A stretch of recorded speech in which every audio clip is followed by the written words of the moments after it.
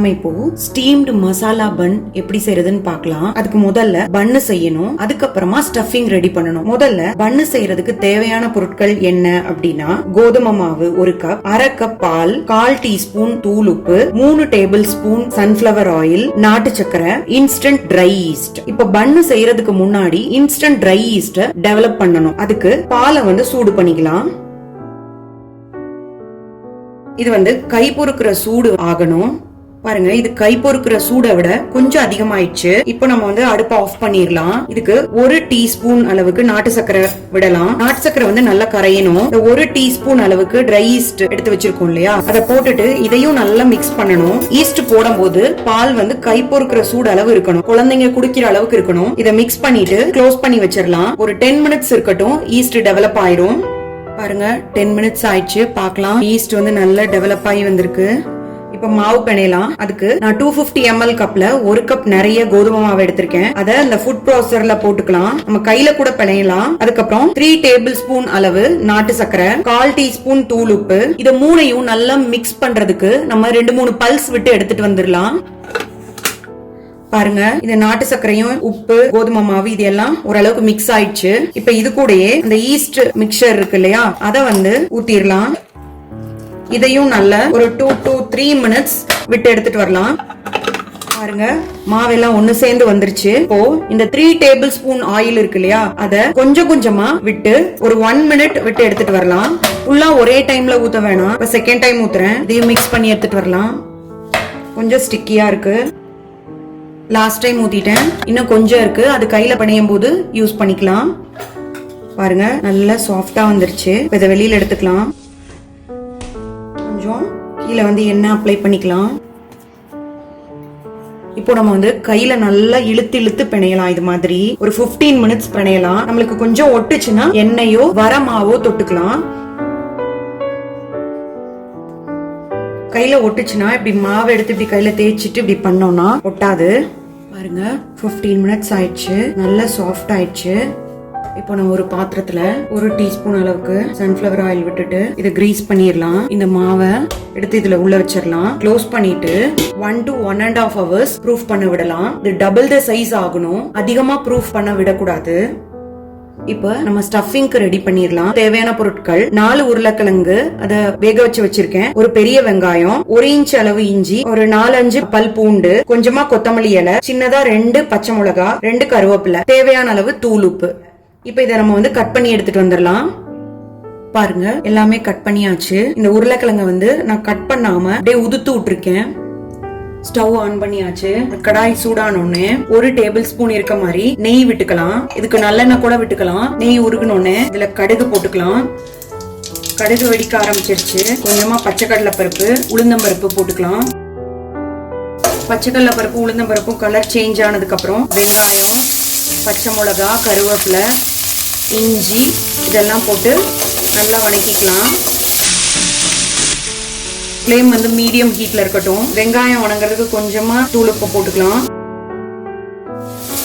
பாருங்க, வெங்காயம் colour change ஆயிடுச்சு. இது கூடயே உருளைக்கிழங்க போட்டுக்கலாம். இந்த உருளைக்கிழங்குக்கு பதிலா மஷ்ரூம், சிக்கன் இல்ல வெஜிடபிள்ஸ், வேற வெஜிடபிள்ஸ் ஏதாவது, இது நம்மளோட இஷ்டம் தான். எது பண்ணினாலும் நல்லா இருக்கும். கொஞ்சமா மஞ்சத்தூள் போட்டுக்கலாம். இது உருளைக்கிழங்கு வேக வைக்கும் போதே நான் உப்பு போட்டிருக்கேன், மஞ்சத்தூளும் போட்டிருக்கேன்.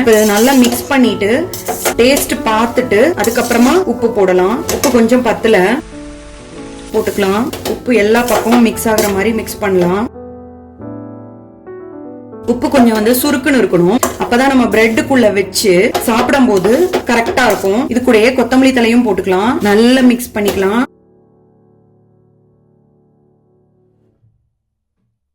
பாத்தீங்கன்னா உப்பு எல்லாம் கரெக்டா இருக்கு. இப்ப இதை ஆஃப் பண்ணிடலாம். ஆறட்டும். இது பாருங்க, 1 ஹவருக்கு மேல ஆயிடுச்சு. நம்ம வச்சதுல இருந்து டபுள் த சைஸ் ஆயிடுச்சு.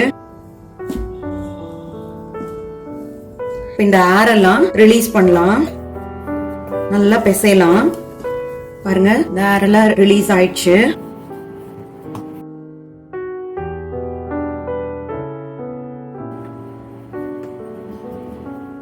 பாருங்க, மோர் ஆர் லெஸ் ஈக்குவலா பிரிச்சாச்சு.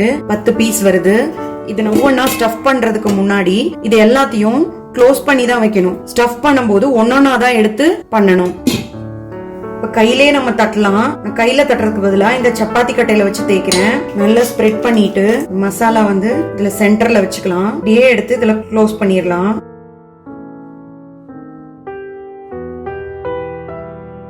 இந்த மாதிரி பண்ணிட்டு இப்போ ஒரு பட்டர் பேப்பர் எடுத்திருக்கேன் நானு. அதுல 1 டிராப் மட்டும் ஆயில் இந்த மாதிரி கிரீஸ் பண்ணிட்டு இதை இது மேல வச்சிடலாம். இது மேல வச்சுட்டு இந்த இட்லி தட்டு இருக்கு இல்லையா, அதுல இந்த மாதிரி வச்சிடலாம். இத வந்து க்ளோஸ் பண்ணிடலாம். நெக்ஸ்ட் உருண்டைய இதே மாதிரி லைட்டா ஸ்ப்ரெட் பண்ணா போதும். இதுல வச்சுட்டு அப்படியே க்ளோஸ் பண்ணிடலாம். க்ளோஸ் பண்ணிட்டு மாவை வந்து இப்படி பஞ்ச் பண்ணிட்டா ஒட்டிக்கும்.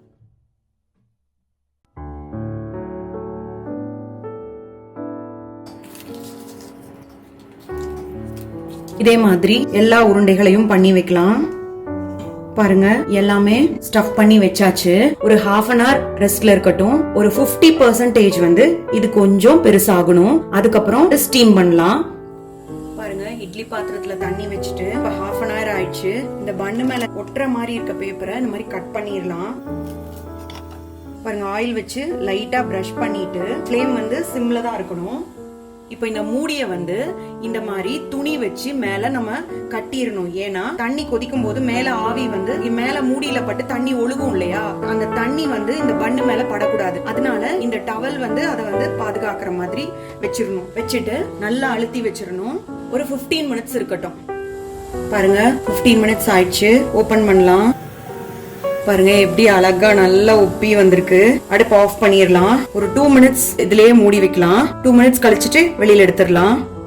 இப்ப 2 மினிட்ஸ் ஆயிடுச்சு, எடுத்துடலாம். இது சூடா இருக்கும் போதே எடுத்து வச்சிடலாம்.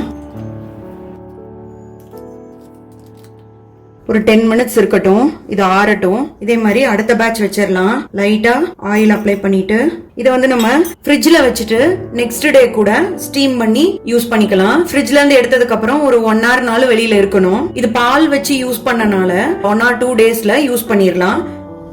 நெக்ஸ்ட் பேட்சையும் தண்ணி கொதிச்சதுக்கு அப்புறம் சிம்ல வச்சுட்டு இதே மாதிரி நல்லா டைட்டா மூடி 15 மினிட்ஸ் கழிச்சு ஆஃப் பண்ணலாம். பாருங்க, 15 மினிட்ஸ் ஆயிடுச்சு, எடுத்துடலாம். பாருங்க, நெக்ஸ்ட் பேட்ச் நல்லா வந்துருச்சு. இப்போ அதை ஆஃப் பண்ணிட்டு ஒரு 2 மினிட்ஸ் இது இருக்கட்டும். இப்படியே மூடி வச்சிடலாம். பாருங்க, இந்த ஃபர்ஸ்ட் பேட்ச் வந்து ஆறிடுச்சு. இதை வந்து ரிமூவ் பண்ணி பார்க்கலாம்.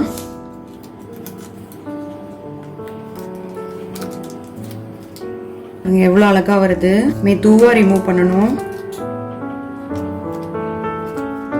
பாருங்க, செகண்ட் பேட்சும் எடுத்து வச்சாச்சு. இது ஆறட்டும். நம்ம இப்போ இது ஒண்ணு கட் பண்ணி பார்க்கலாம். பாருங்க, இவ்வளவு அழகா வந்திருக்கு. கொஞ்சம் வெது வெதுன்னு இருக்கும் போதே எடுத்தா ஈஸியா இருக்கு. பாருங்க, டேஸ்டியான ஸ்டீம்டு மசாலா பன் ரெடி ஆயிடுச்சு.